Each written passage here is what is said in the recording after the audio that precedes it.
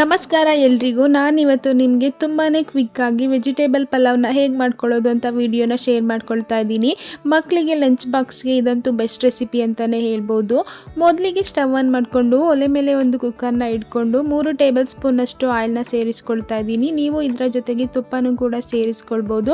Oil ಬಿಸಿಯಾಗಿದ್ದಾದಮೇಲೆ ನಾನಿಲ್ಲಿ ಸ್ಪೈಸಸ್ನ add ಮಾಡ್ಕೊಳ್ತಾ ಇದ್ದೀನಿ. ಇದನ್ನೆಲ್ಲ ಒಂದು 30 ಸೆಕೆಂಡ್ಸ್ ಹಾಗೆ ಫ್ರೈ ಮಾಡ್ಕೊಂಡಿದ್ದಾದಮೇಲೆ ಇದ್ರ ಜೊತೆಗೆ ಒಂದು ಮೀಡಿಯಮ್ ಸೈಜ್ ಈರುಳ್ಳಿನ ಸ್ಲೈಸ್ ಆಗಿ ಕಟ್ ಮಾಡಿ ಸೇರಿಸ್ಕೊಂಡಿದ್ದೀನಿ.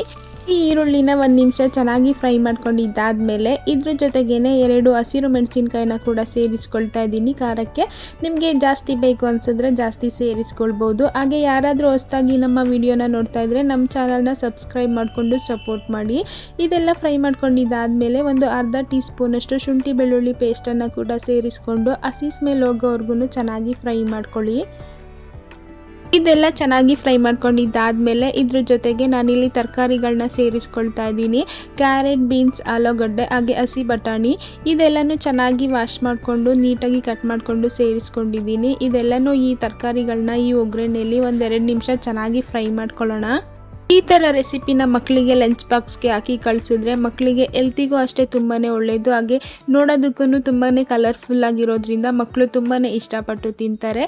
ಈ ರೀತಿ ತರಕಾರಿಗಳನ್ನ 1-2 ನಿಮಿಷ ಫ್ರೈ ಮಾಡ್ಕೊಂಡಿದ್ದಾದಮೇಲೆ ಒಂದು ಚಿಟಿಕೆಯಷ್ಟು ಅರಿಶಿನ ಪುಡಿನ ಕೂಡ ಸೇರಿಸ್ಕೊಂಡು ಚೆನ್ನಾಗಿ ಮಿಕ್ಸ್ ಮಾಡ್ಕೊಳ್ತಾ ಇದ್ದೀನಿ.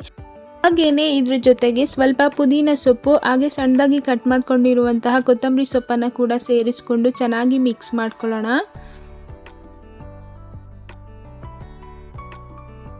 ಮಿಕ್ಸ್ ಮಾಡ್ಕೊಂಡಿದ್ದಾದಮೇಲೆ ಇದ್ರ ಜೊತೆಗೆ ಒಂದು ಅರ್ಧ ಟೀ ಸ್ಪೂನಷ್ಟು ಗರಂ ಮಸಾಲ ಪೌಡರ್ನ ಸೇರಿಸ್ಕೊಳ್ತಾ ಇದ್ದೀನಿ. ನಿಮಗೆ ಇಷ್ಟ ಇತ್ತು ಅಂದರೆ ಈ ಟೈಮಲ್ಲಿ ಸ್ವಲ್ಪ ಚಿಲ್ಲಿ ಪೌಡರ್ ಹಾಗೆ ಧನಿಯಾ ಪೌಡರ್ನು ಕೂಡ ಸೇರಿಸ್ಕೊಳ್ಬೋದು. ತುಂಬಾ ಟೇಸ್ಟಿಯಾಗಿ ಬರುತ್ತೆ ಈ ರೆಸಿಪಿ. ಎಲ್ಲ ಸೇರಿಸಿದ ಮೇಲೆ ಚೆನ್ನಾಗಿ ಮಿಕ್ಸ್ ಮಾಡ್ಕೊಂಡಿದ್ದಾದಮೇಲೆ ನಾನಿಲ್ಲಿ 1.5 ಗ್ಲಾಸಷ್ಟು ನೀರನ್ನು ಸೇರಿಸ್ಕೊಳ್ತಾ ಇದ್ದೀನಿ. ನಾನಿಲ್ಲಿ 3/4 ಗ್ಲಾಸಷ್ಟು ರೈಸ್ನ ಸೇರಿಸ್ಕೊಂಡು ಪಲಾವ್ನ ಮಾಡ್ಕೊಳ್ತಿರೋದ್ರಿಂದ 1.5 ಗ್ಲಾಸಷ್ಟು ನೀರನ್ನು ಸೇರಿಸ್ಕೊಳ್ತಾ ಇದ್ದೀನಿ. ಇದನ್ನು ಚೆನ್ನಾಗಿ ಮಿಕ್ಸ್ ಮಾಡಿಕೊಂಡು ಬಾಯ್ಲ್ ಆಗೋದಕ್ಕೆ ಬಿಡೋಣ. ನೀವು ಇವಾಗ ನೋಡ್ತಾ ಇರ್ಬೋದು ಚೆನ್ನಾಗಿ ಬಾಯ್ಲ್ ಆಗ್ತಾ ಇದೆ. ಈ ಟೈಮಲ್ಲಿ ನಾನು 3/4 ಗ್ಲಾಸಷ್ಟು ರೈಸ್ನ ಚೆನ್ನಾಗಿ ವಾಶ್ ಮಾಡಿ ಸೇರಿಸ್ಕೊಂಡು ರುಚಿಗೆ ತಕ್ಕಷ್ಟು ಉಪ್ಪನ್ನು ಕೂಡ ಸೇರಿಸ್ಕೊಂಡಿದ್ದೀನಿ. ನೀವು ಈ ಟೈಮಲ್ಲಿ ಸ್ವಲ್ಪ ನಿಂಬೆಹಣ್ಣಿನ ರಸನ ಕೂಡ ಇದ್ರೆ ಸೇರಿಸ್ಕೊಳ್ಬೋದು. ಈಗ ಕುಕ್ಕರ್ ಮುಚ್ಚಳನ ಮುಚ್ಚಿ 2 ವಿಷಲ್ ಕೂಗಿಸ್ಕೊಂಡ್ರೆ ಸಖತ್ ಟೇಸ್ಟಿಯಾಗಿ ಹಾಗೆ ಹೆಲ್ದಿಯಾಗಿರುವಂತಹ ವೆಜಿಟೇಬಲ್ ಪಲಾವ್ ರೆಡಿಯಾಗೇ ಹೋಯ್ತು. ನೀವು ನೋಡ್ತಾ ಇರ್ಬೋದು ಎಷ್ಟು ಚೆನ್ನಾಗಿ ಕಾಣಿಸ್ತಿದೆ ಅಲ್ವಾ. ಟೇಸ್ಟು ಅಷ್ಟೇ ತುಂಬಾ ಚೆನ್ನಾಗಿರುತ್ತೆ. ಈ ವಿಧಾನದಲ್ಲಿ ಸಿಂಪಲ್ ಆಗಿ ಈ ರೆಸಿಪಿನ ಟ್ರೈ ಮಾಡಿ. ಇಷ್ಟ ಆದರೆ ಲೈಕ್ ಮಾಡಿ, ಶೇರ್ ಮಾಡಿ, ಕಮೆಂಟ್ ಮಾಡಿ. ಹಾಗೆ ನಮ್ಮ ಚಾನಲ್ನ ಸಬ್ಸ್ಕ್ರೈಬ್ ಮಾಡಿಕೊಂಡು ಸಪೋರ್ಟ್ ಮಾಡೋದನ್ನು ಮರಿಬೇಡಿ. Thanks for watching.